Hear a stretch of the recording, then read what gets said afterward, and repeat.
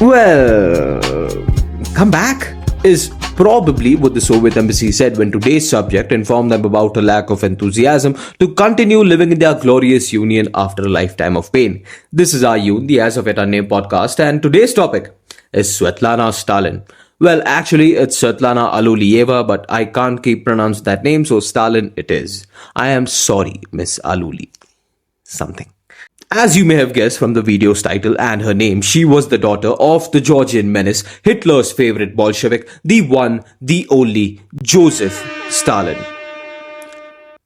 Being an offspring of a dictator can be a mixed plate. There's obviously infamous examples like the sons of Saddam that turned into monsters marauding on the myth of humane authoritarians. Or you can end up like the sons of Ramzan Kadyrov, who for now seem to be happy trashing MMA fighters who make it big from the Caucasus regions. Which I have to say, for everyone involved and everyone just unaware of Kadyrov's existence, this is the ideal outcome. Like, obviously, it's sad watching as a combat sports fan when you know that these men are good for nothing else apart from professionally beating people up. Like, the moment they open their mouths, you know they're not pioneers of thought, they're not revolutionizers of industry. They beat people up. And then these warriors have to be pretending to be bad at the one good thing, all for these teenagers. Like, I think it's the elder son of Ramzan Kadyrov who, in his very second professional boxing fight, was awarded the title, and no pressure at all, he was given the award of the future Muhammad Ali of boxing, which I don't know how it works. Like, is he just going to be black facing and fighting for civil rights? Like, I don't know, man. Svetlana, however, was not like that. Like, at least her reputation within her father's immediate circle was that of a kind and approachable girl. And now you may be rightfully asking, like, why does the inner circle that runs the country know the leader's daughter on a private basis? And that is because you have to understand, for all the talk of revolution in the USSR, after a certain point in Stalin's takeover, it was all but a family-run administration. So it's a family-run business with the resources of multiple nation states. So at the end of the day, everyone had to have their orders taken from Stalin himself. And by the end of the day, I literally mean the end of the day, because that's when the inner cabinet gathered at Stalin's private residence and kept making decisions throughout the night as the booze kept flowing. Ideal policy making scenarios. Like, I think we should be, who are we kidding? I think India is already doing that. I also firmly believe that it's always Nirmala Sitharaman who just cracks out the rum or the whiskey or whatever they are drinking. Because I don't know why. She just seems the right amount of high or tipsy every time she just opens her mouth. Like, what do you mean as a finance minister you're not worried about the price rise in onions because you don't have any? You are not Jen. What's your problem? Just acknowledge that there exists, that there is a problem with the price of onions, and I don't need it for cooking either, but it's worrisome. Like, I applaud that, like, I adore that about her. She just has that energy. Like, she is either high or tipsy. I don't know what it is, but I admire it. That is a story for someone else or another time. What we are here to focus on is Svetlana. Her portrayals in the media, most specifically the most famous movie about her father, The Death of Stalin, would lead you to certainly believe that she was a nervous and oblivious wreck right from the moment Stalin was no more, which is true. Like, you too would be nervous if your biggest source of safety in a system muddled with the unfortunate quality of your survival being dependent on your connections. If like that one connection was gone, you would be a nervous wreck too, but oblivious. That she was not. You see, unlike Nicolae Ceausescu, who made sure that his highly ambitious and equally incompetent wife held a high position of authority in the Romanian science sector, Svetlana was given no special treatment per se. And that is despite her being the favorite child among all of Stalin's offspring.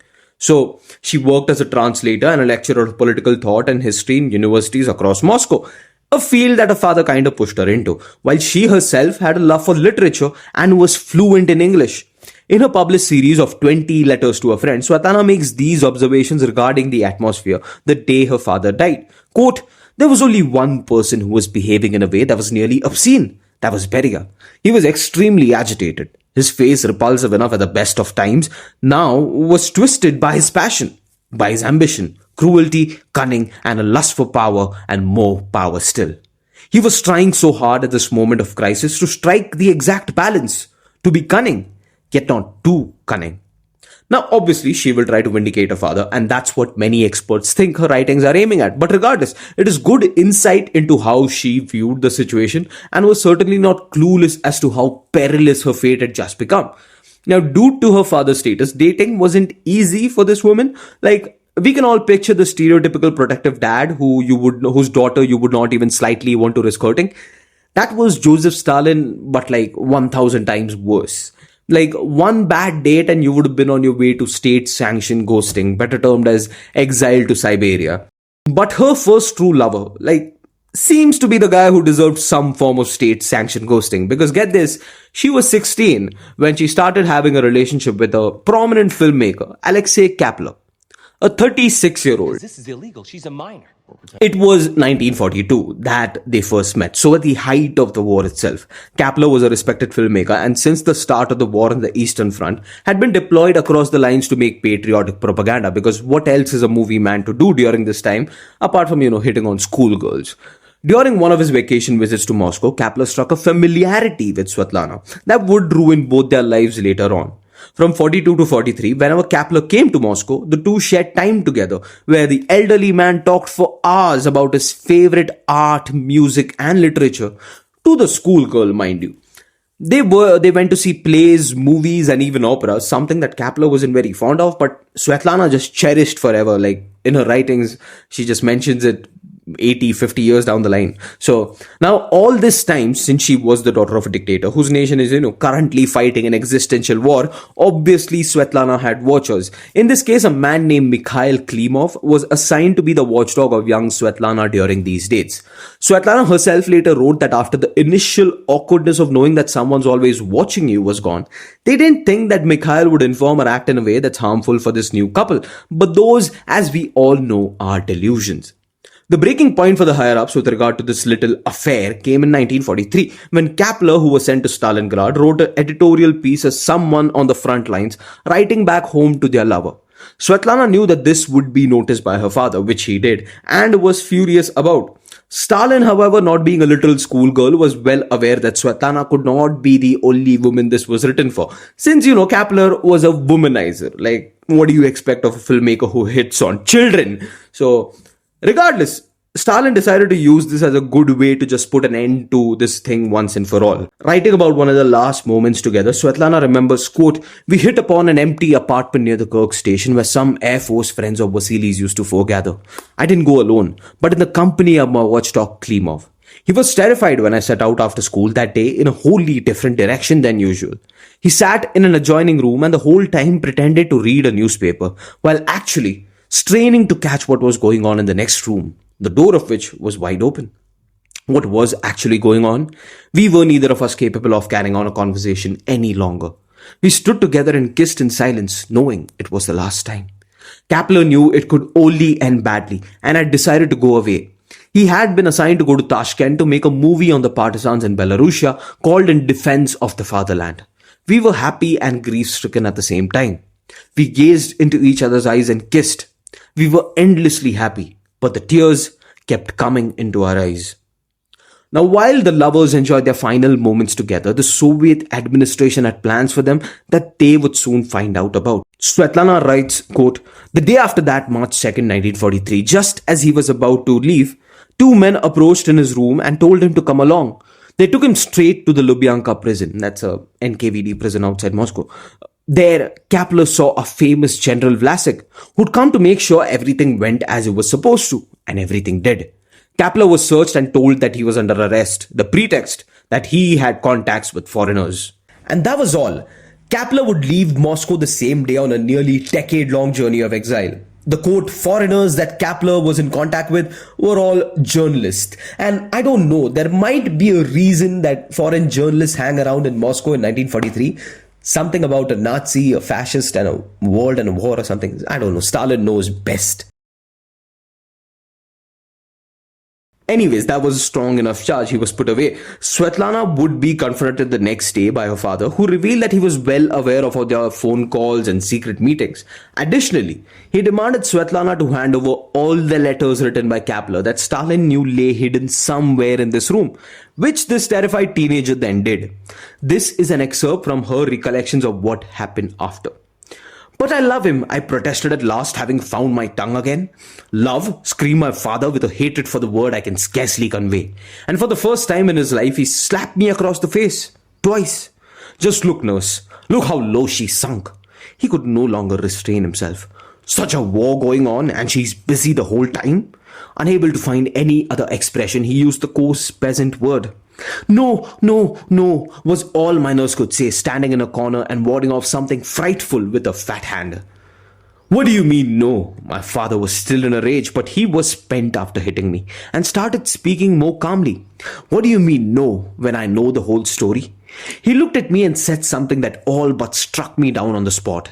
Take a look at yourself. Who'd want you, you fool? He's gotten women all around him. And with that, he left. Like, oh my god, there is ways you can deal with your child being hit upon by predators. Step 1, arrest the guy. You did that. You did that, Stalin, under the wrong pretenses, but you did that. Step 2, comfort your child. Step 3, make them understand that these severely elder partners may not always have their best interest at heart. You try to do that, but in a way that completely demolished your own daughter's self-esteem forever. And you will see that this does have an effect. Like, certainly this does have an effect on Svetlana throughout her life. You see that in the choices of relationships she makes, the choices of partners she chooses. And I don't want to spoil much, so let's go further. This was effectively the last bit of love towards another human being just evaporating from Stalin's life. Svetlana was still his favorite child, but for someone as private and cold-hearted as Stalin, that was not a gleaming prospect either. This would happen at least 2 more times, where she would fall in love with some guy, the Kremlin would find out, and they would be sent off into exile, or better yet, the front lines. This was still the case after Stalin's death, when both Svetlana and Vasily, her brother, were under constant supervision by the NKVD. Vasily died in 1962. Some say assassinated because he was a drunk fool, and some say dead because he was a drunk fool, as in maybe just overdosed or something. But after the death of her brother, Svetlana was increasingly agitated and worried about her own safety within the Union. And it was during this panic-driven period in her life that she met a mild-mannered Indian communist named Brijesh Singh. Svetlana was hospitalized for tonsils, and in the same hospital was Brijesh for severe illnesses he contracted during the British Raj. Since he was a communist, he was among priority numero uno for the Raj in terms of the guests they would love lodged in Kalapani prison. So he dodged them till 1947, hiding mostly in the USSR and other European countries. Even after independence, however, Brijesh still had to frequent Moscow due to, his ill health. Like, this was a thing that the Soviets did. They just grabbed along communists from all over the world and brought them to, plan policy, plan strategies if they are in a war currently, just simply just looking for refuge or even medical treatments, as most of these cases are. Basically, communist summer camp, but in the Soviet Union. So it's winter always. I don't know. Like, I think it was Bhagat Singh who was once invited by Stalin to one of the Comintern. I don't know which it was. I think it was the one after 1927. But anyways, Bhagat Singh was also invited to one of these Cominterns by Stalin. Obviously not directly through Stalin, because then we'd have a written letter for it. It was through one of his comrades, Comrade Usmani, something based in Lahore. I don't know, you can look it up further. It does surely exist. Anyways, the two meet in a hospital in Moscow, and while Svetlana had to have her tonsils removed, Brijesh was undergoing some nasal procedure. Surprisingly, or maybe unsurprisingly, it was Svetlana who was interested in Brijesh first, a man nearly 20 years elder to her. Thanks to all the fatherly issues that had been ingrained into her. I did say that this would play a part. Like, some CIA documents on Svetlana also describe Brijesh as a father figure more than a mate, and how can you not see it, honestly? Like, Brijesh was a short man like the real Stalin. He had white hair just like the real Stalin. The only difference was that he's not a temperamental asshole like the real Stalin. Quote, I was told that this short, stooping, grey-haired man in glasses with cotton tampons in his nostrils was a communist from India, and I observed him unobtrusively. He spoke English to a girl from Canada, French to a young Italian. He tried to say something in sign language to the dietitian, all of it with a polite, endearing smile. He glanced my way once or twice without much interest. The scarf wound around my neck, the hospital clothing, and my sickly appearance hardly encouraged anything else. My throat was terribly sore. I could not speak.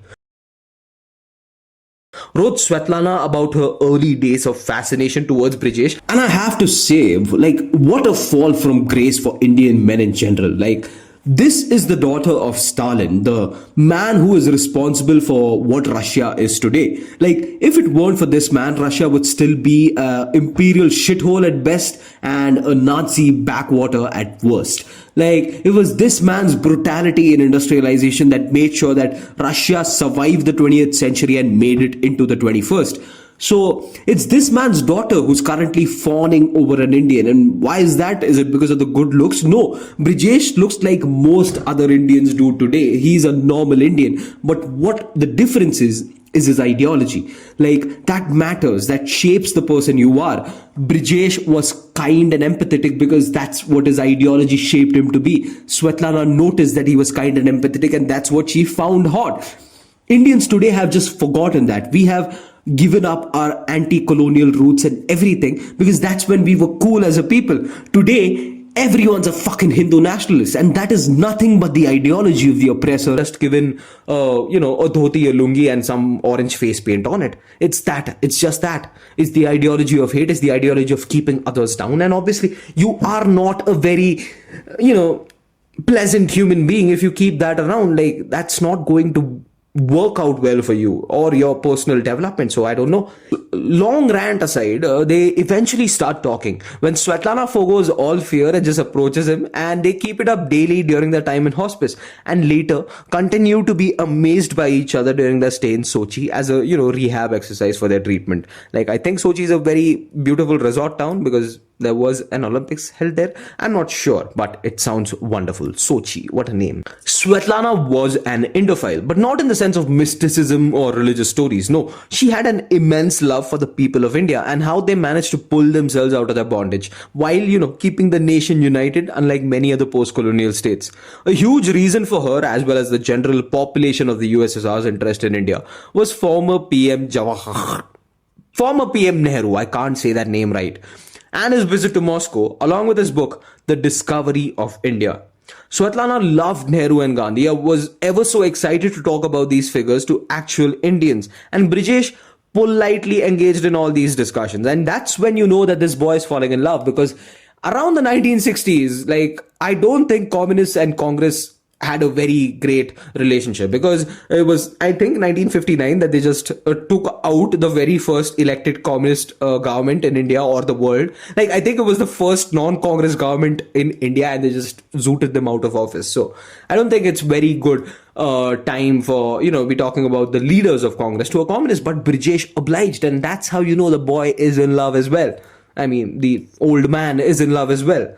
Late into their hospice, she had to yet reveal her heritage, like identifying herself as being affiliated to no one, because you have to understand, it's communist summer camp, so the Italians are together, the French commies are together, the Indian commies are together. It's just Svetlana who's mostly alone, but is being given a better standard of treatment. I mean, the same amount of treatment, but obviously she has some perks. She is the daughter of the former leader. But even when Svetlana does reveal who she is, it doesn't change anything for Brijesh. Both were writers and soon started working together for a Moscow-based publication.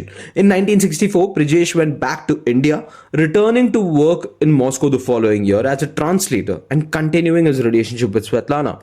On his arrival back to the USSR, it was Svetlana, along with a then teenage son, Joseph, whatever the Russian name meaning the same is, and that's how deeply into this they were. Like, even Svetlana's children seemed to be fond of Brijesh, and like they noticed considerable changes he brought about in their mother. I think it was the same teenage son, Joseph, that said, quote, Singh was a nice sort of person, cultured and kind.